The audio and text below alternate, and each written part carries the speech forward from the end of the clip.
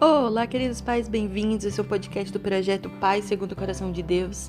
E nessa conversa de hoje nós vamos falar sobre cultivar e guardar. Então, para a gente dar início, vamos correr lá na Bíblia, que está lá em Gênesis capítulo 2, versículo 15, que diz assim: O Senhor Deus colocou um homem no jardim do Éden para cuidar dele e cultivá-lo.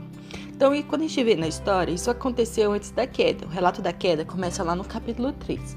Então, Deus criou um homem e colocou ele no jardim e deu um chamado dele, deu orientação para ele. Ele falou: você vai cultivar e guardar.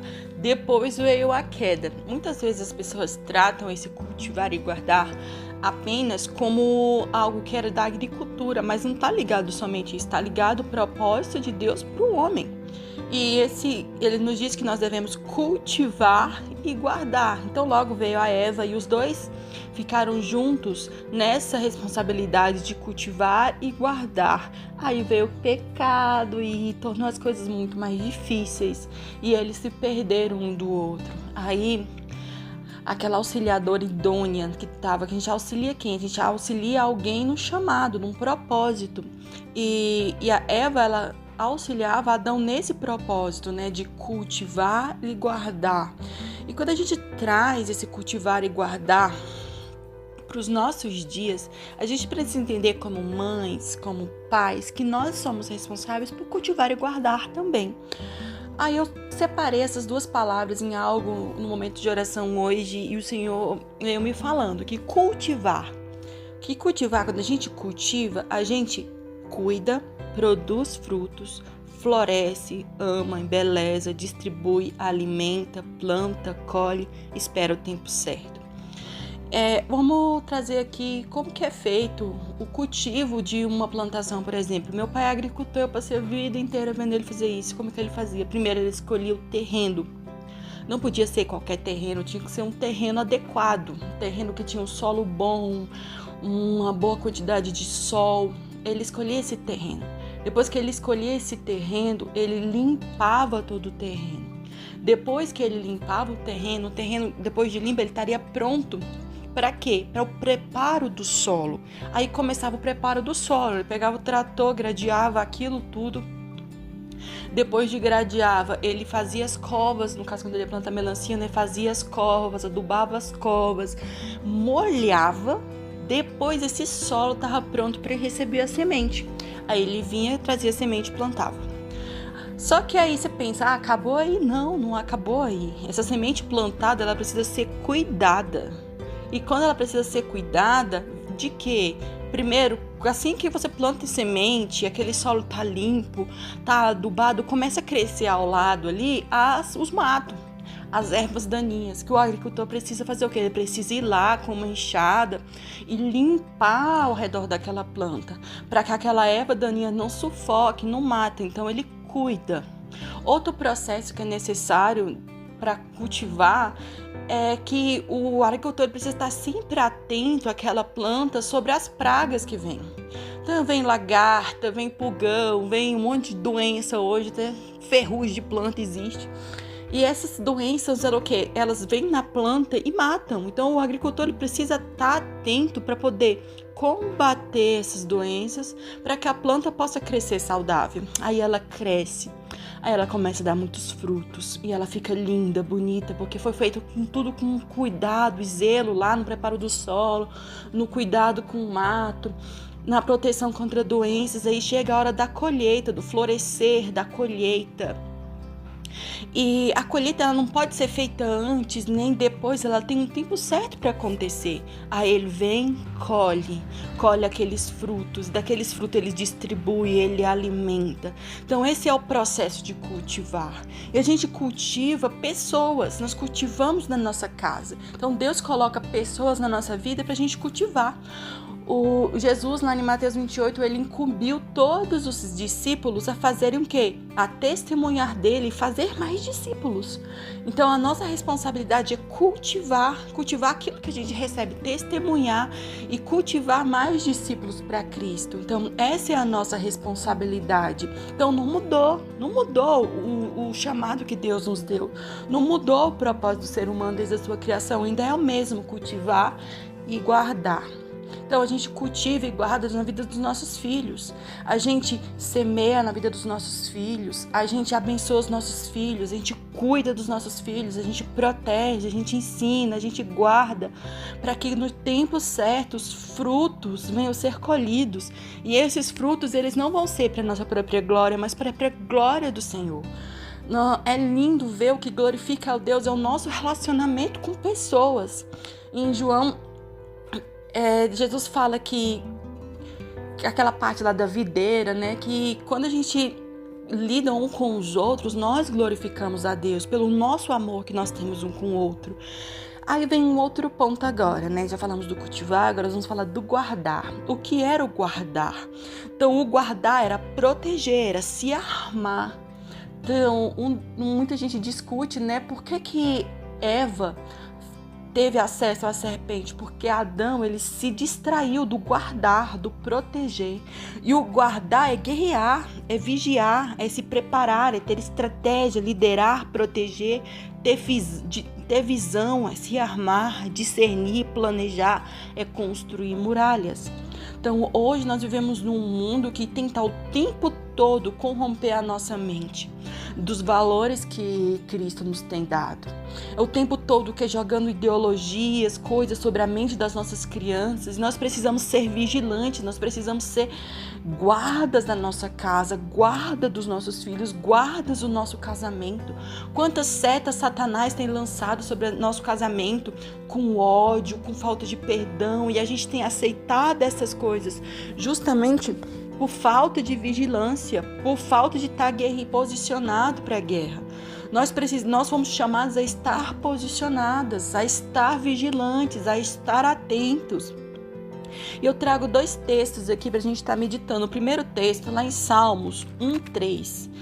É um salmo que muita gente tem ele de cor, né? Fala que nós somos árvores plantadas à beira do... Deixa eu procurar aqui na Bíblia. Sabe quando você decora o negócio, o trem, na hora de falar não sai? Vamos lá. Salmos 1:3. Ao contrário, a sua satisfação está na lei do Senhor e nessa lei medita dia e noite. 2, né? 3. É como árvore plantada à beira de águas correntes, dá fruto no tempo certo e suas folhas não murcham, e tudo o que ele faz prospera.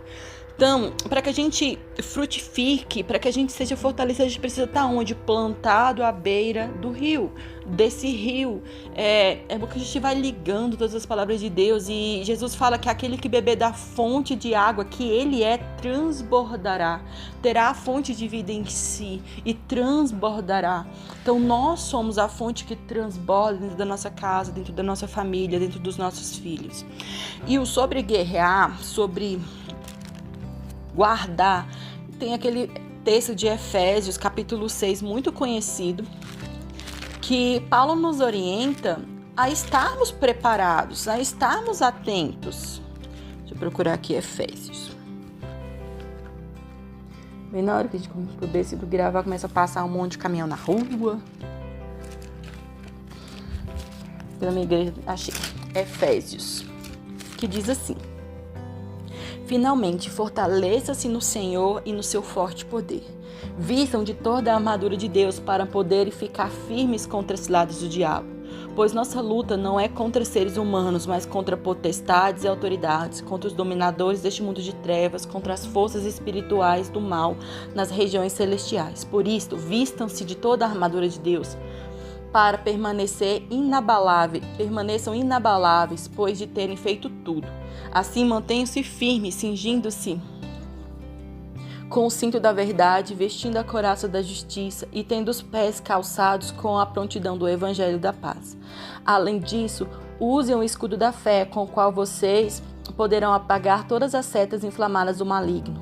Usem o capacete da salvação e a espada do Espírito, que é a palavra de Deus, e orem no Espírito em todas as ocasiões, com todas as orações e súplicas, tendo isso em mente, e estejam atentos e perseverantes na oração por todos os santos. Então, é lindo saber que Jesus, ele nos fortalece. Então, ele diz que nosso momento de fraqueza, que a gente vê como um soldado abatido, desanimado, Paulo nos diz: fortaleçam-se no Senhor e na força de seu poder. Então, quantas mães se encontram desanimadas, fracas, cansadas. Então a palavra de Deus nos fala, fortalece-se no Senhor.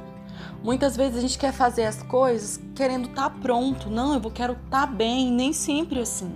Então Deus, Ele vai nos fortalecendo na jornada, Ele vai fortalecendo no caminho. Então comece a buscar do Senhor, buscar essa força que nos alimenta, nos fortalece para poder estar cumprindo esse propósito. Nós precisamos declarar sobre a minha vida, sobre a vida de vocês, que o nosso propósito é cultivar e guardar. Então, todos os lugares que a gente vai cultivar e guardar. Então, é no trabalho, é na escola, é em todos os lugares. Nós fomos chamados a cultivar e guardar. A gente costuma fragmentar as coisas. É igreja, é família, é tanta coisa. Não é fragmentado. Deus nos chama, nós somos chamados a cultivar e guardar. Em todas as minhas esferas de influência, eu sou chamada a cultivar e guardar. Tem lugares que eu vou ter que exercer uma atenção muito especial, tipo os filhos. Os filhos é uma guerra que a gente tem pouco tempo para formar na vida dos nossos filhos. Sei lá, se eu olhar, eu tenho uma filha de 9 anos. Quanto tempo eu ainda tenho de influência sobre a vida dela de verdade? E pensa as nossas crianças hoje, cada vez mais cedo, é YouTube, é tanta coisa, é influencers, é tanta gente lançando coisas sobre a vida delas. E nós precisamos nos focar, nós precisamos ser essa força, ser essa bênção na vida dos nossos filhos. Nós precisamos estar atentas e buscar no Senhor. Porque uma coisa que não dá certo é buscar pela força dos braços. A gente não vence, a gente não consegue, não dura.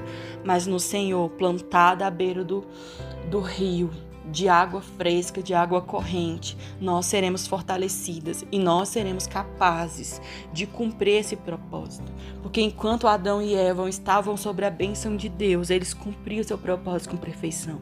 Mas a partir do momento que eles abandonaram o Senhor, esse propósito já não pode ser cumprido. A gente vê só o que aconteceu na família deles pouco tempo depois. Então, acredito que para eles era muito claro um relacionamento que eles tinham antes e um relacionamento que eles tinham depois do pecado. E nós precisamos trazer isso para a nossa vida. Meu propósito é cultivar e guardar. Amém? Eu deixo vocês com essa palavra, meditem, busquem os versículos, escrevam no coração de vocês. Que Deus abençoe todos. Que nós possamos ser pessoas realmente cultivem e guardem na vida de nossas casas, na vida dos outros, porque nós fomos amadas por Deus, né? Deus cultiva em minha vida todo dia, cultiva na vida de vocês todo dia. Deus guarda minha vida todo dia, Deus guarda a vida de vocês todo dia. A Bíblia fala se dele piscasse a gente seria devorado. Então, Deus faz isso por nós e nós fomos chamados a transbordar sobre as nossas famílias, sobre todos os lugares a qual a gente influencia. Então, um beijão pra vocês, até a próxima.